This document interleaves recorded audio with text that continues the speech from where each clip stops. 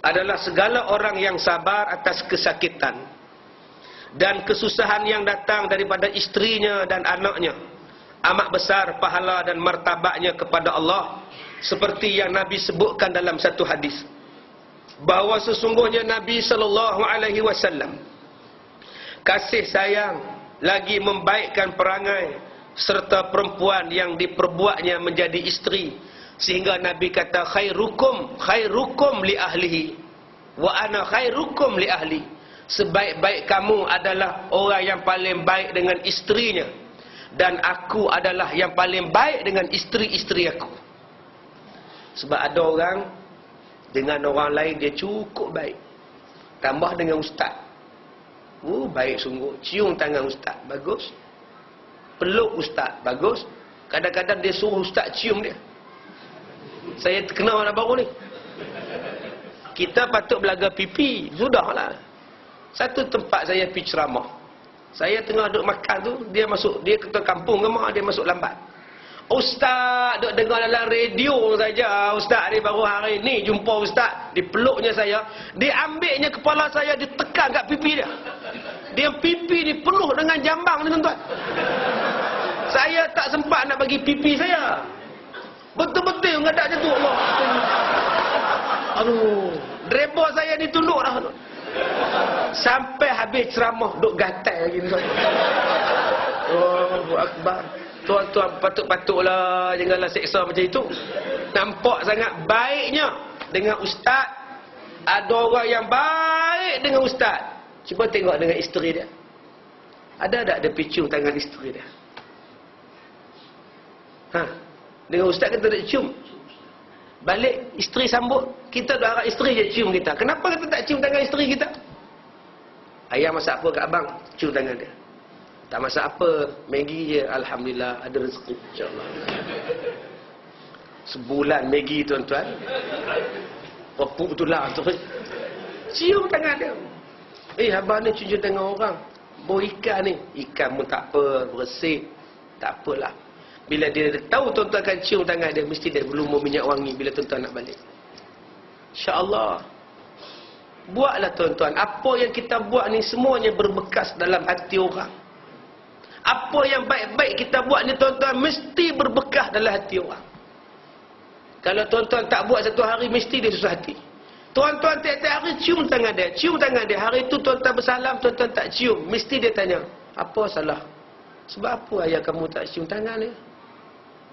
Salah apa mama dengan ayah kamu? Buang terbeak ke? Susah hati. Tuan-tuan tengok hari tu dia telefon tuan-tuan 5 kali tuan-tuan di pejabat.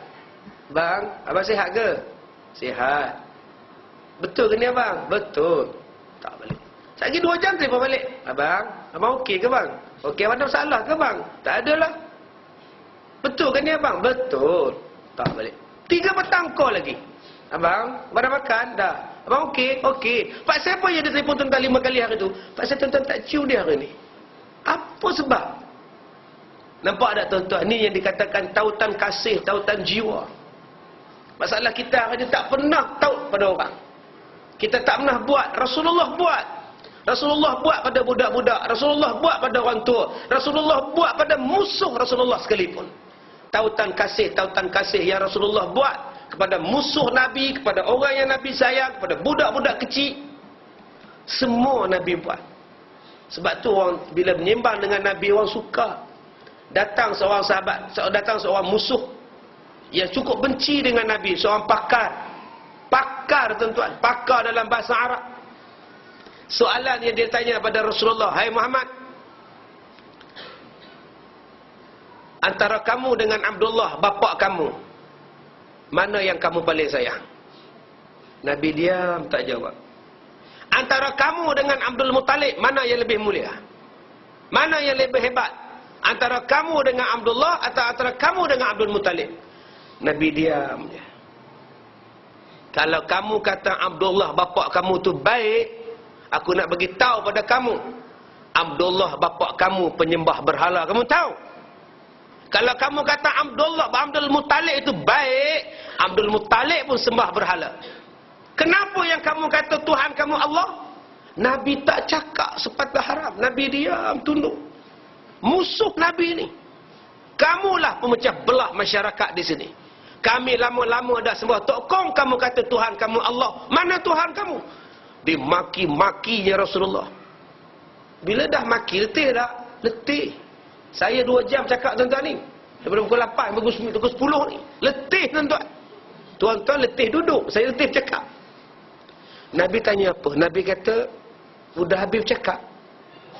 Udah habis cakap? Dah. Sekarang saya nak bacakan pada kamu satu ayat Quran. Nabi Muhammad membaca surah Fussilat sampailah habis surah Fussilat. 5 ayat yang pertama dibacanya surah Fussilat, sahabat Nabi ni, musuh Nabi tadi ni, jatuh tersungkur. Menggeletar dia sebab dia tak pernah mendengar ayat yang begitu sedap. Nabi tak balun dia lagi. Nabi dia bangun, Nabi baca pula satu ayat sampai ayat 14. Nabi kata, siapa-siapa yang bantah Allah, siapa-siapa yang bantah utusan Allah, sanggupkah mereka menghadapi kerosakan seperti kaum Ad dan kaum Samud?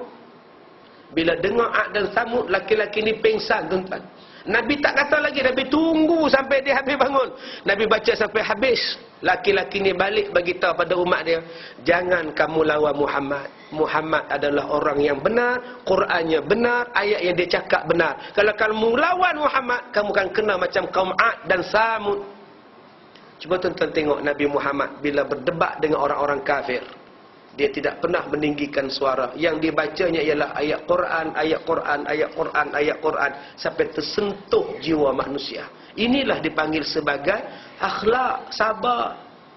Kita hari ini tuan-tuan, bila tak setuju, kita pompang. Bila dia nak ikut, ada seorang sahabat namanya Abdullah. Abdullah ni tak pernah miss semayang berjemaah. Bila dia berjalan nak pergi semayang berjemaah, dia ajak orang yang dia jumpa semayang. Satu hari, tengah hari semayang Zuhur, panas. Dia pakai serban, dia tutup muka. Panas, orang Arab kalau panas tutup muka. Berjalan di tengah kebun kurma, seorang laki-laki tengah duduk panjat kurma, sedangkan azan berkumandang. Abdullah tahan. Assalamualaikum. Assalam. Turunlah mayang lah. Waktu dah masuk. Kejap. Kejap apa lagi? Turun, waktu dah masuk. Kejaplah, banyak kerja sikit ni. Keldai, turunlah. Bila sebut keldai tuan-tuan, hamba Allah tu bengang.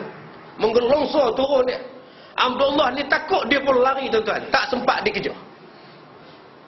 Laki-laki ni balik ke rumah marah. Laki tu panggil ku keldai pula dah. Dapat bunuh dia. Habis sembahyang Zuhur, makan nasi, dia pergi balik panjat pokok kurma. Banyak kerja nak buat ni. Masuk sembahyang Asar, cuaca dah tak panas. Abdullah buka serban berjalan, muka-muka berjalan. Tengok ada lagi dia ni. Abdullah tetap berhenti. Assalamualaikum tuan. Waalaikumsalam. Apa khabar tuan? Baik, kata dia. Macam mana dengan pokok kurma kebun semua okey? Alhamdulillah, rezeki Tuhan bagi okey lah, cukup lah untuk anak-anak, rezeki semua alhamdulillah. Kamu pun bagus, kebun kamu pun elok, anak-anak kamu elok lah, bagilah rezeki Tuhan bagi insya-Allah. Anak-anak sihat man? Sihat alhamdulillah. Bagilah. Sembahyang asar dah masuk. Kalau kamu sembahyang lagi Tuhan bagi rezeki. Ya tak ya juga. Elok hamba Allah turun. Dua-dua berjalan ke masjid. Apa kata laki-laki yang turun tadi? Zuhur tadi kamu tahu. Dia ngajak aku sembahyang, dia panggil aku keldek. Kalau aku dapat aku bunuh dia, kamu tahu tak? Dia tak tahu sebelah itulah yang panggil dia keldek. Nampak tak tuan-tuan, bila kita menggunakan bahasa yang sopan, apa benda pun kita akan dapat. Tuan-tuan suruhlah anak-anak tuan-tuan buat dengan sopan. Dan nanti dia bersepinggan tau. Siap mama. Mama dah masak, mama dah hidang. Dia bersepinggan dia. Itulah basuh kat ayah punya tau. Sekali tau.